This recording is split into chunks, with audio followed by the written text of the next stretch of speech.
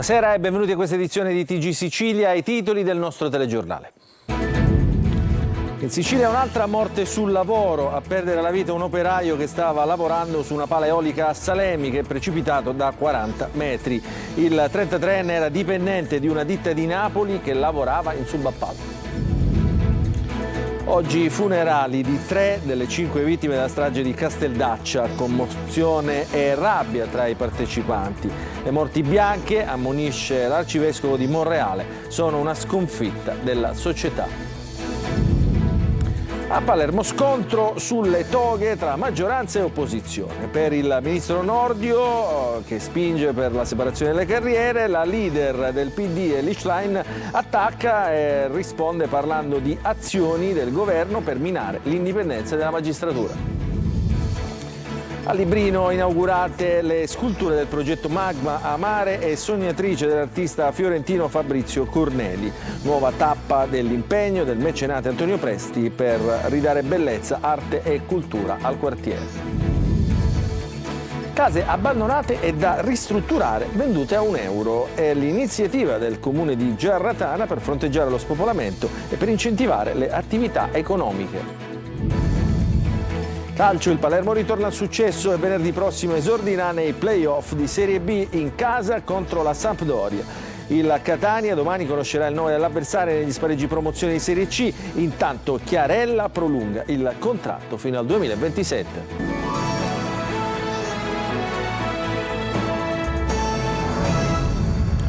Ancora buonasera. Incidente mortale, un nuovo incidente mortale sul lavoro questo pomeriggio a Salemi nel Trapanese. Muore dopo un volo di 40 metri un operaio di 33 anni che stava effettuando la manutenzione all'interno di una pala eolica. Ci racconta tutto Laura Spanò.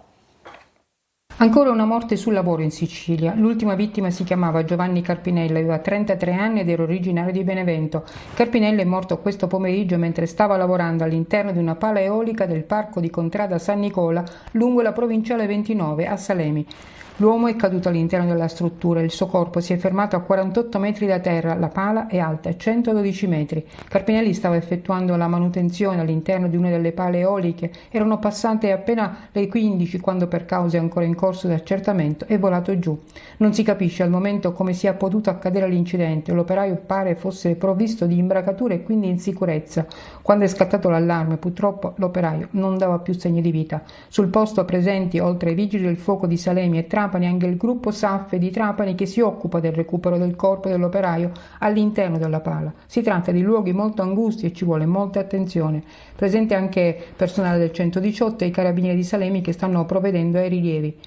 È presente anche il medico legale e il magistrato. La procura di Marsala ha aperto un'indagine, il corpo sarà sottoposto a autopsia. Bisognerà individuare la causa che ha portato all'incidente. Forse un malore, ma potrebbe anche trattarsi di altro. Giovanni Carpinelli è il 6° operaio morto in pochi giorni in Sicilia sul lavoro, una vera e propria mattanza. E su questa ennesima morte interviene il segretario generale della UIL di Trapani che dice che il governo ha una grande responsabilità, dovrebbe promuovere leggi più dure e controllare appunto i subappalti. Simona Mazzone.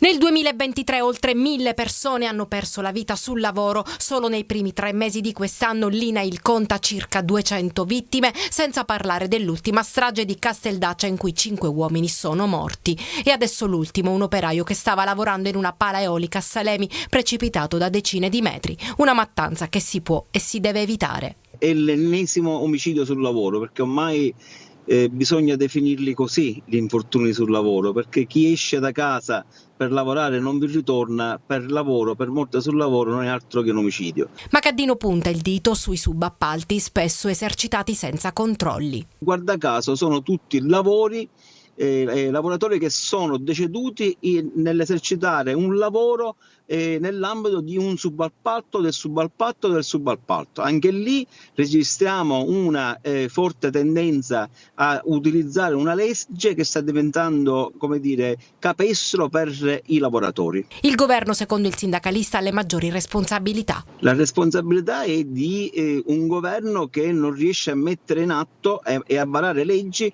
che possano che possano costringere i datori di lavoro a rispettare le normative e le leggi. Non numeri ma persone morte nei cantieri, nelle fabbriche, negli impianti, lungo la strada. Occorre potenziare la cultura sul lavoro anche a scuola tra i ragazzi affinché rifiutino di lavorare in nero o in assenza di sicurezza. Con una nota è intervenuta anche la FIOM CGIL, il segretario regionale Francesco Foti ricorda appunto che la vittima lavorava in subappalto e il sindacato chiede alle istituzioni un pacchetto urgente di leggi che imponga a tutte le imprese il rispetto delle norme di sicurezza e soprattutto la formazione continua per tutti i lavoratori, appunto lavoratori che svolgono attività ad alto rischio. Per il segretario invece del Partito Democratico siciliano Anthony Barbagallo questo è il momento di dire basta e chiede al governo di attivarsi in tal senso. E ancora una morte, stavolta un uomo che si chiamava Giuseppe Nicolosi, pensionato alcamese di 77 anni, è morto schiacciato dalla propria autovettura che si è ribaltata dopo essere scivolato in una scarpata. L'uomo stava percorrendo un sentiero in contrada Fico, nella zona rurale tra Alcamo e Partinico, quando improvvisamente avrebbe perso il controllo del veicolo, probabilmente a causa del fango formatisi dopo le piogge degli ultimi giorni.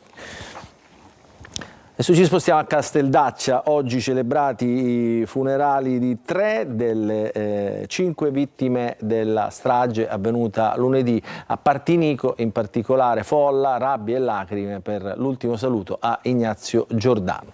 Il servizio di Marco Ulla.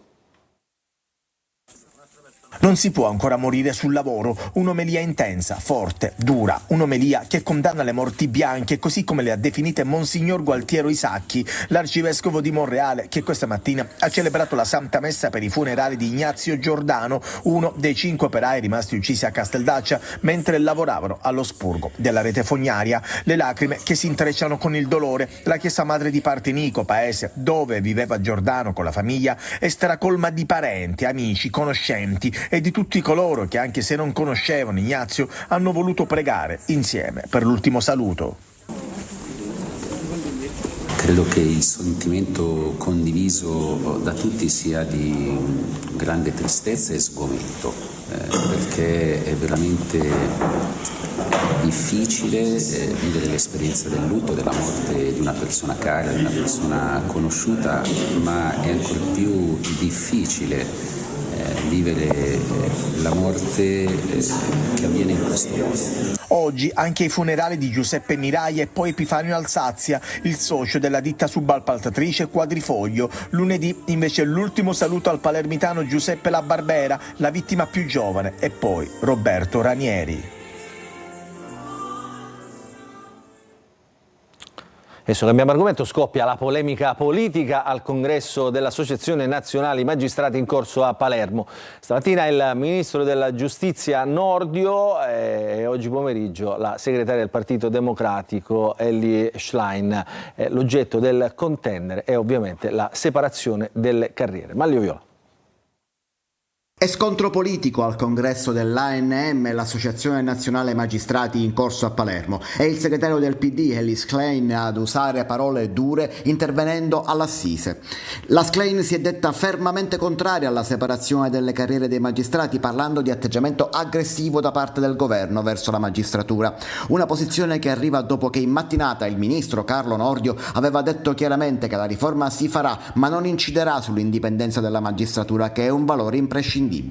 Nordio aveva anche aperto ai magistrati promettendo la copertura dei vuoti in organico entro il 2026 attraverso concorsi veloci che partano dall'accelerazione di quelli già in corso. Per il ministro Guardasigilli l'indipendenza della magistratura giudicante è requirente e un principio non negoziabile. Una contiguità col potere esecutivo è inimmaginabile. Resta però il problema della separazione delle carriere, aveva detto senza mezzi termini. Forte ancora di più perché lanciato da Palermo poi il riferimento alla legislazione antimafia. La cosa più bella degli incontri che si sono svolti al G7 nei giorni scorsi, ha detto, è l'omaggio che i partecipanti hanno tributato alla magistratura italiana per il lavoro svolto nella lotta contro la mafia, ha concluso Nordio. Ma il segretario del PD non ha accolto le riflessioni del ministro e nel suo intervento è andata giù duro, parlando anche di un modo sottile e insidioso di incrinare la credibilità della magistratura, instillare sfiducia, azioni quelle del governo che tradiscono la tentazione di limitare gli spazi di azione, di autonomia e di indipendenza dei magistrati.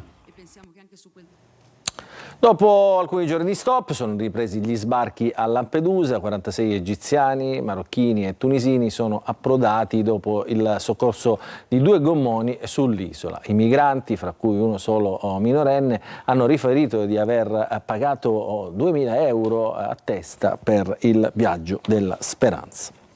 Adesso ci spostiamo a Catania. Catania e le sue periferie dimenticate. Un parco giochi realizzato 6 mesi fa a Trappeto Nord è già abbandonato con seri pericoli per i bambini. Lo sfogo è quello dei residenti che ha raccolto Tonino De Mana. È stato consegnato ma non inaugurato, forse con l'idea di completarlo, magari asfaltando l'area circostante. Ed invece, in piazza Abate Silvestri, siamo a Trappeto Nord, a distanza di 6 mesi il parco giochi che vedete, realizzato dal comune di Catania con finanziamenti europei, si trova in queste condizioni con le erbacce che invadono ogni cosa. Gli alberi, recentemente piantumati, sono già essiccati ed enormi massi sono in bella mostra a ridosso dell'area ludica. Il senso di abbandono è sotto gli occhi di tutti, anche per chi per poco tempo auspicava un destino diverso per il quartiere. Ho 61 anni, ho figli e nipoti, non avevamo mai avuto un parco giochi, ne hanno fatto uno e guardate come l'hanno fatto. Io sono del parere che se una cosa si deve fare o si fa bene o non si fa, tutte le pietre a terra. Non si ci può nemmeno andare da sopra, i bambini è pericoloso per i bambini. Quando non lo facevano oppure lo recintavano e lo tenevano chiuso fino a quando non erano pronti. Io capisco, forse gli hanno mandato più i fondi, non hanno più avuto più fondi, però neanche così, a lasciarlo così. Sono tante le segnalazioni al numero di WhatsApp 342 74 55 005. Senza andare troppo lontano, ci spostiamo in via Dognocchi, dove 2 alberi secolari rappresentano un serio pericolo per i residenti. Ancora ci sono i resti dell'ultima tromba d'aria che è successa circa 2 anni e qualcosa fa. Da specificare anche che le radici di quest'albero alle mie spalle vanno dentro la casa dei primi piani. Radici a ridosso delle case, fronde all'altezza dell'ultimo piano. Da queste parti non si può certo dire che manchi il verde. Adesso ci spostiamo in un'altra periferia di Catania, a Librino, perché proprio a Librino è visibile invece l'impegno del mecenate Antonio Presti per diffondere bellezza, arte e cultura nel quartiere. Inaugurate ieri sera le 2 sculture del progetto Magma, Amare e Sognatrice dell'artista fiorentino Fabrizio Corneli. Emanuela Corsi.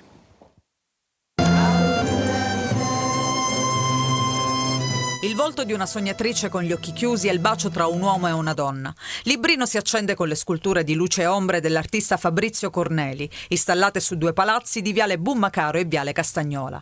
È l'iniziativa che fa parte del progetto Magma del mecenate Antonio Presti, presidente della Fondazione Fiumara d'Arte, che in occasione della festa della mamma ha voluto omaggiare quelle di Librino. La nascita di queste 2 opere stasera, la Sognatrice e l'Amare, sono sicuramente per quelle mamme quel valore di essere ancora oggi testimonianza di un valore di differenza e di sacralità.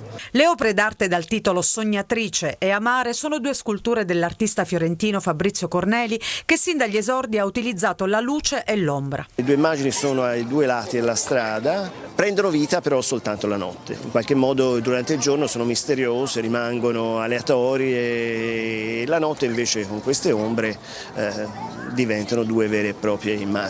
Un bacio al Librino e l'invito che il maestro Presti e l'artista Corneli rivolgono a tutti gli innamorati affinché possano scambiarsi un bacio ai piedi dell'opera Amare e pubblicare poi una foto sui social. Librino in questo momento siamo contenti perché è diventato un museo a cielo aperto e quindi si parlerà di Librino in modo diverso. Che dire, la speranza dei ragazzi che avranno un futuro migliore di quelli che sono stati a Librino e sono stati meno fortunati. Dopo aver coinvolto le scuole e le associazioni per la realizzazione della Porta delle Farfalle, adesso Presti ha scelto di avvicinarsi ai condomini, microcosmo complesso fatto di cooperative, persone e storie che svelano un'altra periferia, una Librino diversa. Come sempre straordinario Antonio Presti. Adesso parliamo della Corri Catania, cresce l'attesa per la corsa camminata con partenza domani alle 10 da Piazza Università. Andiamo insieme alla vigilia con Tonino De Mana che è stato sui luoghi diciamo, da dove partirà poi la corsa. Il countdown è iniziato, ma la corsa alla maglietta e quindi alla partecipazione alla Corri Catania non si è ancora concluso e terminerà poco prima dello start previsto alle 10, quando oltre 20.000 partecipanti si troveranno fianco a fianco per la corsa camminata, giunta ormai alla 16ª edizione. Si respira l'aria del grande evento?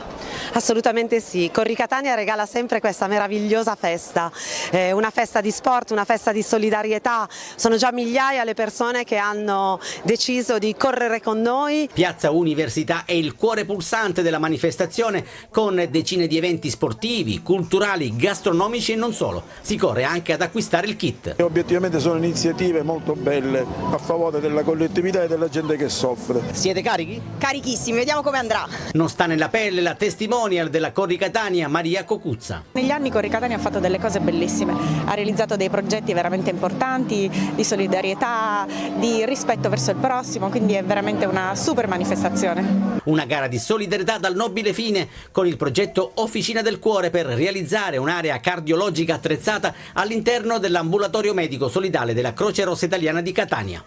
E domani sarà anche un banco di prova per la viabilità lungo il circuito cittadino, divieti di transito dalle 8 alle 14. Per gli spostamenti è consigliabile utilizzare mezzi pubblici e metro.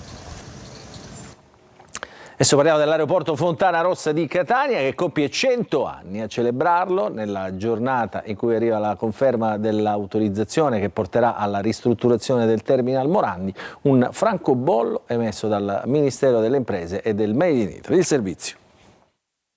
In primo piano la coda di un aereo e sullo sfondo l'Etna che domina la scena. Con un francobollo commemorativo realizzato dalla SAC ed emesso dal Ministero delle Imprese e del Made in Italy si celebra il centenario dell'aeroporto internazionale Vincenzo Bellini di Catania.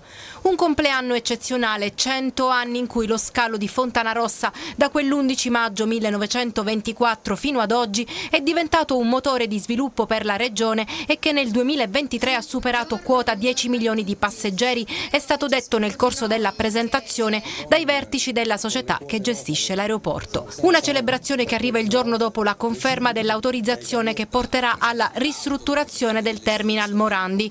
Dopo gli interventi istituzionali, alla presenza delle autorità e dei vertici ENAC e SAC, è stata svelata una targa. Nell'occasione SAC ha pure presentato il nuovo libro In volo da Catania, oltre un secolo di storia. Adesso ci spostiamo sull'Etna per Contrade dell'Etna, le eccellenze dei vini maturati sotto il vulcano, prodotti da un centinaio di cantine, da oggi fino a lunedì a Castiglione di Sicilia, degustazioni libere per intenditori e per appassionati. Servizio Desiree Ferlito. Degustazioni, grandi ospiti e cultura del vino alla 15ª edizione di Contrade dell'Etna. Da oggi sino a lunedì il racconto dell'eccellenza dei vini siciliani nella rassegna più importante del vulcano. È una festa del vino. Non è un festival, non è una festa ingessata, voglio dire, è proprio una festa del vino. La festa del vino. Sì, ci si ritrova alle pendici del vulcano in uno scenario naturale che è unico al mondo, per festeggiare letteralmente la qualità e la quantità di questi straordinari vini e dei loro straordinari vignaioli. Dopo il successo degli scorsi anni, il Picciolo Golf Resort a Castiglione di Sicilia si prepara a diventare il palcoscenico dell'evento dedicato agli appassionati del vino.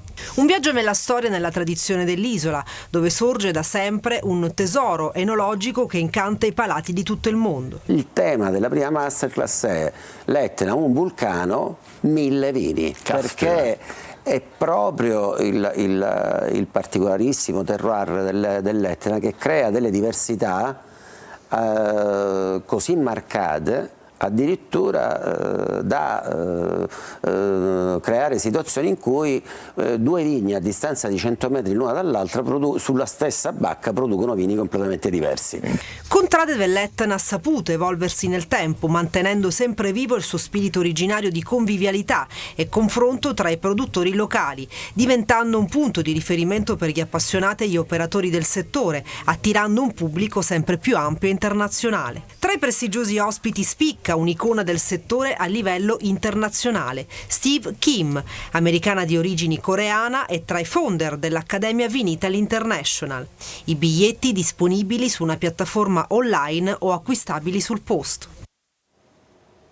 Adesso ci spostiamo a Giarratana nel Ragusano, paese che rischia lo spopolamento. Il comune, per incentivare anche attività economiche, offre le abitazioni rimaste vuote o da ristrutturare al costo di €1. Ci racconta tutto Veronica Barbarino. Case a €1 anche a Giarratana, sulla scia di quanto fatto a Sallemi, Sambuca di Sicilia, Mussomeli ed altri comuni non siciliani. L'iniziativa è dettata dalla consapevolezza che sia necessario recuperare e riqualificare il centro abitato del paese, ormai spopolato. Occorre creare urbanizzazione e nuove attività economiche, approfittando anche dell'attenzione che il territorio ibleo gode da parte di investitori stranieri.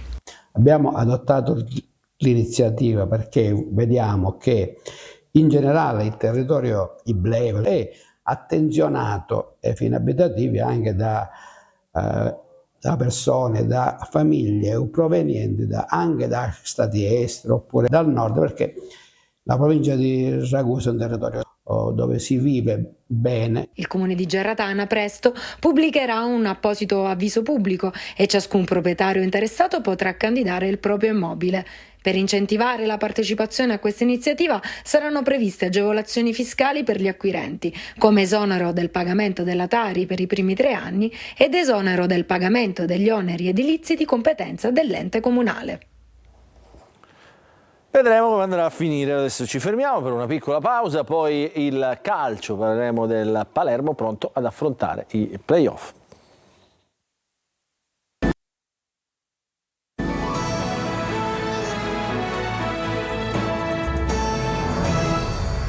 Trovati nella seconda parte del nostro telegiornale, parliamo di calcio. Cominciamo con il Palermo che ha superato 1-0 il Sud Tirol nell'ultima giornata della regular season del campionato di Serie B e chiude il campionato appunto al 6° posto. Iachité ha regalato al tecnico Mignani la prima vittoria. Adesso i rosanero giocheranno al Barbera contro la Sampdoria la prima partita del primo turno di playoff. Il match è in programma venerdì sera. Marco Gullà. Il 6° posto è salvo grazie al gol di Iachité che regala a Mignani la sua prima vittoria. Il Palermo vince a Bolzano 1-0 alla Sud Tirol, 3 punti che permettono ai rosanero di mantenere la 6ª posizione e giocare quindi il primo turno playoff contro la Sampdoria in casa.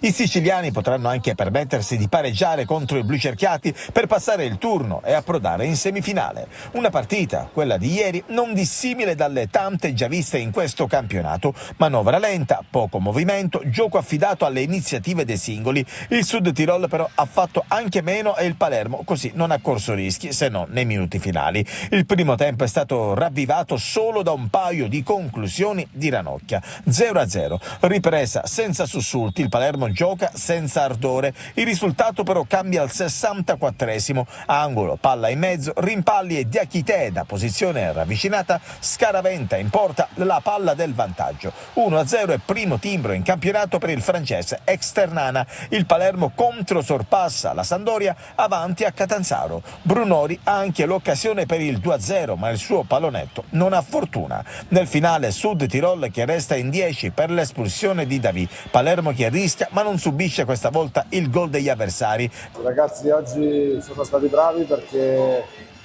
le partite che possono sembrare più facili, o meglio quelle contro squadre che magari non hanno più niente da dire, sono sicuramente le più difficili per l'importanza che aveva per noi questa partita. Venerdì rosanero che torneranno a giocare al Barbera per affrontare la Sampdoria. In caso di parità al 90° si andrà ai supplementari e in caso di ulteriore parità dopo l'overtime passerà il Palermo. Adesso parliamo del Catania che già è in ritiro in vista dei playoff che giocherà fra 3 giorni, l'esordio appunto nella categoria per la promozione in Serie B. Domani invece si sorteggerà e dunque si conoscerà il nome dell'avversaria degli etnei. Zeoli, il tecnico, spera di poter contare su un asso nella manica, intanto è stato prolungato il contratto di Chiarella fino al 2027. Marco Carli. Quando si fanno queste competizioni l'augurio che si fa a ogni allenatore è quello di trovare l'uomo l'uomo playoff, no? Anche nelle competizioni internazionali, pensiamo, che ne so, faccio un esempio a Schillaci della situazione, dunque uno se lo augura. Totò Schillaci, bomber d'Italia 90, storia di 34 anni fa a Marcinota. L'attaccante palermitano era arrivato alla manifestazione più importante del mondo dopo un solo anno di A, alla Juve, con gente tipo Vialli davanti a lui nelle preferenze, e invece ha sbaragliato il campo vincendo la classifica dei cannonieri e segnando in tutti i modi, di testa, di piede, di fino e di potenza. Poi un lento declino, ma la favola resta. Una favola, appunto, che il Catania spera di vivere nei prossimi playoff. La stagione regolare, presa nella sua interezza, dice il contrario, ma la vittoria in Coppa Italia, il blasone, la carica del Massimino autorizzano a sperare. Chi può essere allora lo Schillaci di Zeoli? In attacco Cianci, ad esempio, ha fatto benissimo nelle ultime partite. Di Carmine invece ha avuto più difficoltà, ma potrebbe essere lui a sostenere il Catania negli spareggi. Vedremo. Intanto gli etnei vogliono sfruttare al massimo anche il mini ritiro di Fiuggi. Credo che sia una scelta giusta in questo momento, anche perché rimanendo a Catania poi partire lunedì mattina non sappiamo dove, invece lì stiamo insieme, guardiamo gli avversari insieme. Intanto è arrivata la notizia del prolungamento contrattuale fino al 2027 per Marco Chiarella, con un Catania che continua a blindare i giocatori di maggiore prospettiva. In ritiro gli etnei conosceranno il nome del loro avversario nel primo turno della fase nazionale dei playoff. Il sorteggio di domenica indicherà la strada e poi si comincia da martedì, si fa sul serio. E in chiusura vi diamo una nota che si collega alla notizia con la quale abbiamo aperto il nostro telegiornale, ovvero la morte di un operaio che lavorava su una pala eolica a Salemi nel Trapanese. Il Presidente della Regione con una nota dice: non si sono ancora celebrati i funerali di tutte le vittime di Casteldaccia e siamo costretti già a piangere un altro giovane lavoratore. Il cordoglio e la vicinanza del Presidente Schifani alla famiglia di questo lavoratore, e aggiunge: occorre adesso garantire il massimo impegno da parte di tutti affinché sia garantita l'adeguata sicurezza sui luoghi di lavoro e la formazione del personale. La Regione, conclude Renato Schifani, farà tutto ciò che è nelle proprie competenze per contribuire a evitare che altre tragedie come questa possano ripetersi. E questa era l'ultima notizia per quanto riguarda questa edizione del telegiornale. Grazie per averci seguito e buon proseguimento di serata a tutti.